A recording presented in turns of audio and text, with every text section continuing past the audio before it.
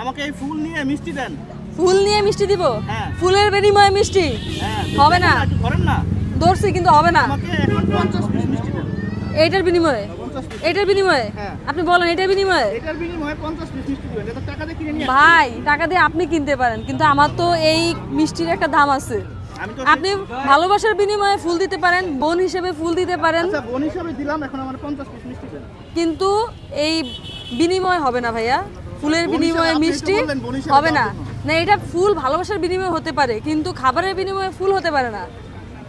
আপনি আমার কথা বুঝেন। হ্যাঁ আমি আপনার কাছে এই ফুলটা দিছি, হ্যাঁ। আপনি বললেন যে বোন হিসেবে দিতে পারবেন। হ্যাঁ। ভাই হিসেবে আমাকে 50 পিস মিষ্টি দেন। কিন্তু এটা আমার উপর ডিপেন্ড করে ভাই, আমি দিব কি দিব না। আচ্ছা 25 পিস। আপনি তো হচ্ছে কি আমার কাছে চাইতে পারেন না, অর্ধেক দেন। অর্ধেকও হবে না। আপনি তো আমার কাছে ফুলের বিনিময়ে ভাই হিসেবে মিষ্টি চাইতে পারেন না।